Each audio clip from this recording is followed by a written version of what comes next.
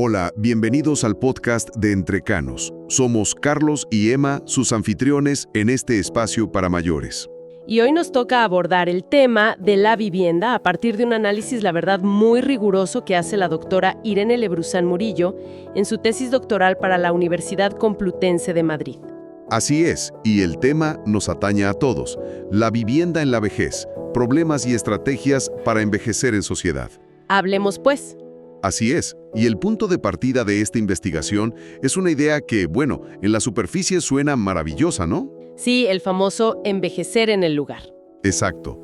Es este deseo casi universal de pasar nuestros últimos años en nuestro hogar, rodeados de nuestros recuerdos, en el barrio que ya conocemos. La tesis lo plantea no solo como una preferencia, digo que lo es, sino como un cambio de paradigma. Es ver la vejez como una continuidad, no como una ruptura total con tu vida anterior. Claro, tu casa se convierte como en el centro de operaciones de tu autonomía, de tu identidad. Totalmente. Pero aquí es donde este estudio de verdad le mete el bisturí al asunto y la cosa se pone buena. Porque aterriza esa idea tan bonita en una realidad que, híjole, es mucho más cruda y compleja. Especialmente en el contexto que analiza, que es el español, pero que tiene muchísimos paralelos con lo que vivimos aquí. Totalmente. Y lo primero que hace, que me parece fundamental, es derribar un mito gigantesco. ¿Cuál sería? El mito de la propiedad. En España, más del 86% de las personas mayores son dueños de su vivienda. Claro. Y la lógica simple te diría... Problema resuelto. Exacto. Tienen casa propia, sus necesidades están cubiertas. Suena blindado, ¿no? Si la casa es tuya, ¿cuál es el problema? Pues la investigación califica esto, y me encanta el término, de lógica circular. Una idea errónea que solo enmascara la verdadera crisis. A ver, explícanos eso, porque sí suena muy contraintuitivo. ¿Cómo que ser dueño de tu casa no te resuelve la vida? Porque una cosa es tener las escrituras de una propiedad y otra pero muy distinta, es tener un hogar que sea funcional y adecuado para las necesidades de la vejez. Ok. Este es el corazón de todo el argumento. La tesis demuestra que ser propietario no es para nada sinónimo de tener una vivienda digna o segura. Claro. Muchas de estas viviendas, compradas hace 30 a 40 años, simplemente no están preparadas para las realidades físicas de una persona de 75 u 80 años. O sea, la casa que fue perfecta para criar a los hijos a los 40... Se convierte en una trampa a los 80. ¡Qué fuerte! De toda la vida. Vaya, es un problema que se fue cocinando a fuego lento por décadas. Y que hierve justo en el momento de mayor vulnerabilidad. Ok, si la propiedad es un espejismo, entonces vamos a dimensionar el problema real. ¿Qué tan grave es la situación según los datos que encontró la investigación? Porque se habla de un modelo de desigualdad muy acusada. Los números, la verdad, son para sentarse. La investigación estima que en España 2.801.306 personas mayores de 65 años enfrentan situaciones graves en su vivienda. Es una cifra enorme. Enorme. Pero el dato que de verdad hiela a la sangre es este. 1.596.675 personas. O sea, ¿el 20% del total? 1 de cada 5. 1 de cada 5 exactamente. Están en una situación que la tesis define como de exclusión residencial intolerable. Exclusión residencial intolerable. Esa frase me impacta. No dice incómoda o deficiente. No. Dice intolerable. Suena a algo que te roba la dignidad. Vamos a desempacar ese concepto. ¿Cómo se ve eso en el día a día de una persona? No estamos hablando solo de no tener un techo, ¿verdad? Para nada. Es un concepto con muchas capas. La primera y la más obvia son las barreras físicas. El edificio sin elevador. El ejemplo clásico. Un edificio de 5 pisos sin elevador. Pero la tesis va más allá. A veces hay elevador, pero para llegar a él tienes que subir 6 escalones. Y esos 6 escalones son un muro. Un muro infranqueable para alguien en silla de ruedas o con un andador. Y no es solo el no poder salir a comprar el pan o a dar un paseo. Es quedarte desconectado del mundo. Por supuesto. No poder ir a tus citas médicas, no poder ver a tus amigos. La casa deja de ser un refugio y se convierte en una cárcel. Justo, una cárcel de la que no puedes escapar. Y luego están las barreras dentro de la propia casa. El estudio destaca algo que parece menor, pero que tiene un impacto brutal. ¿Cómo qué? El baño. La diferencia entre tener una bañera de esas altas y resbaladizas y una ducha a ras de suelo es literalmente la diferencia entre la autonomía y la dependencia total. O peor, una caída con consecuencias fatales. Exacto. Claro, y encima no solo envejece la persona. La casa misma tiene sus propios achaques, ¿verdad? El edificio en sí se hace viejo. Y ese es el segundo pilar de la exclusión intolerable, el envejecimiento del propio edificio. La casa envejece con sus ocupantes. ¿A qué se refiere? Hablamos de instalaciones eléctricas de hace 50 años que son un riesgo de incendio, tuberías de plomo, humedades crónicas que causan problemas respiratorios, techos que gotean. La casa que alguna vez fue un símbolo de seguridad se convierte en una fuente activa de peligro. Ándale. Entiendo. Y hay un tercer factor que me pareció fascinante, porque es mucho más sutil, pero igual de cruel.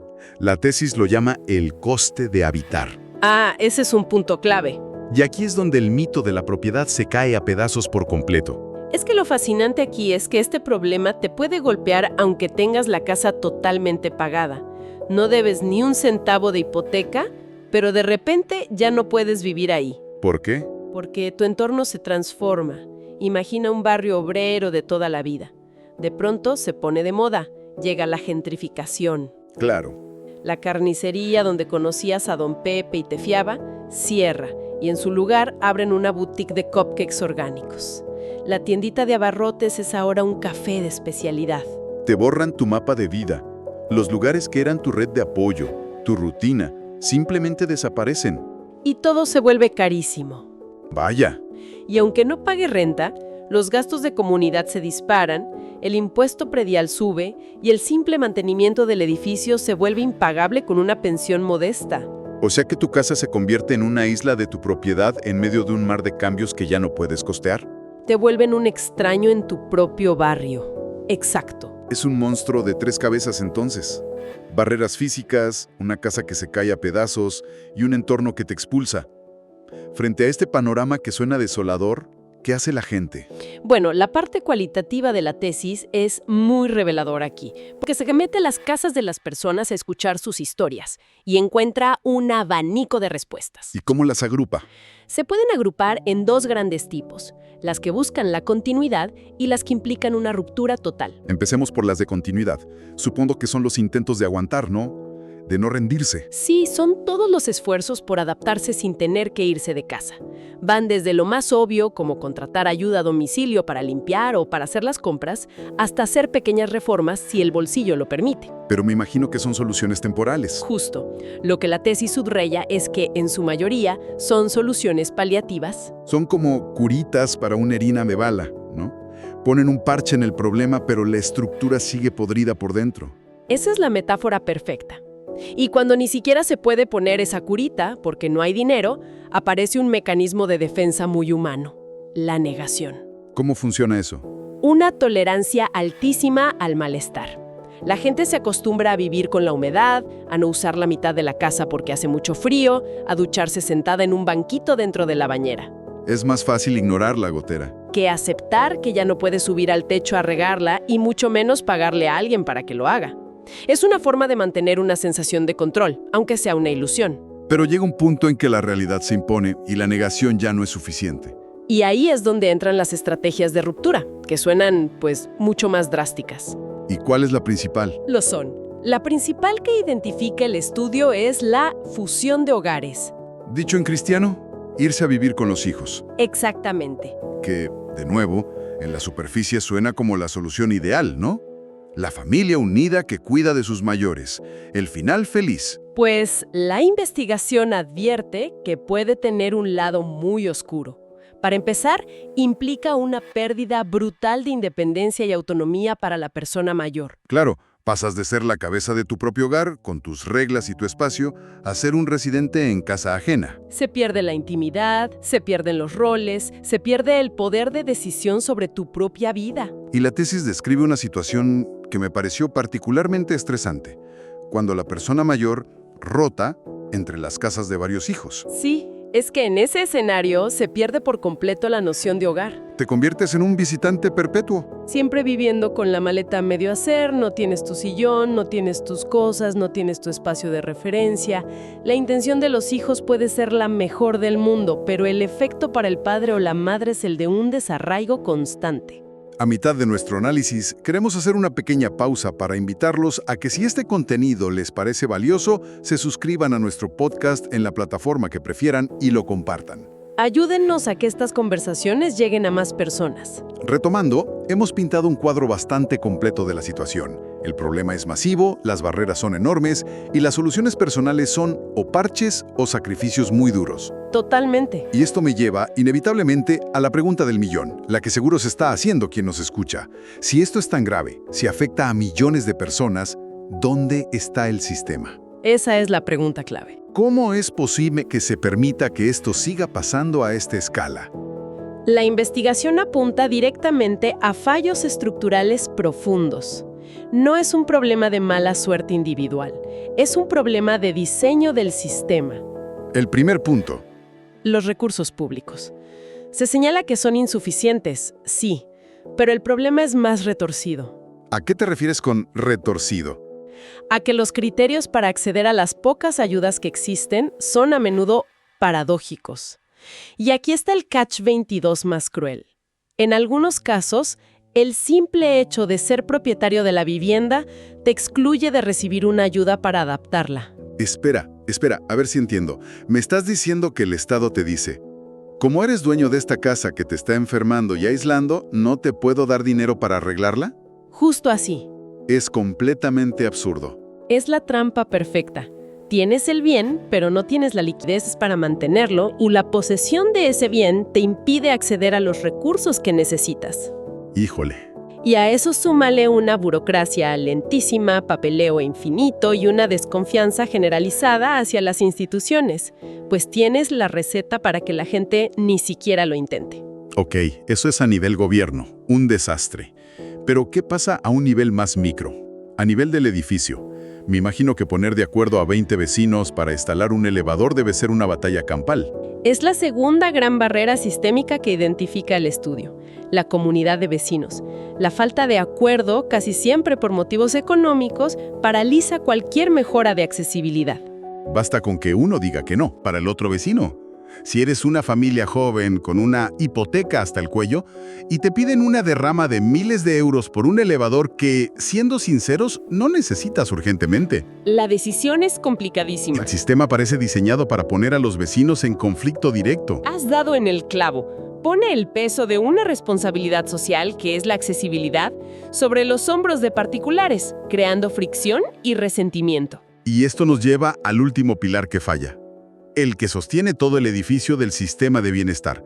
¿Cuál sería? La tesis subraya que todo el sistema descansa sobre una premisa, a menudo no declarada, que la familia será siempre el sostén de último recurso. Que los hijos cuidarán de los padres. Se da por hecho. Una premisa que se basa en un modelo de familia que, pues, ya casi no existe.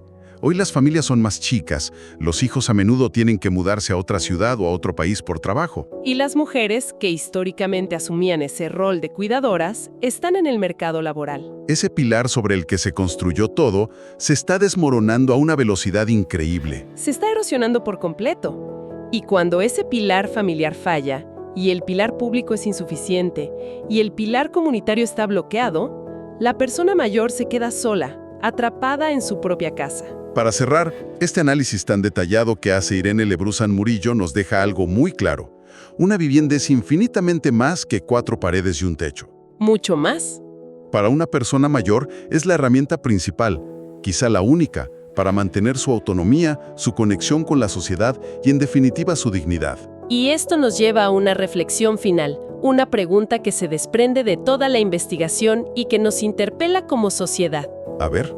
A medida que envejecemos a un ritmo sin precedentes, ¿cómo podemos empezar a pensar en la vivienda no solo como un bien de mercado o un patrimonio familiar, sino como lo que realmente es, una pieza crítica de la infraestructura de salud pública y bienestar social? Por cierto, ¿saben ustedes que en el segundo semestre del año se llevará a cabo la primera cumbre Economía Plateada en México? Los invitamos a seguirnos en nuestras redes para estar informados. Gracias por escucharnos. Hasta la próxima. Saludos entrecanos.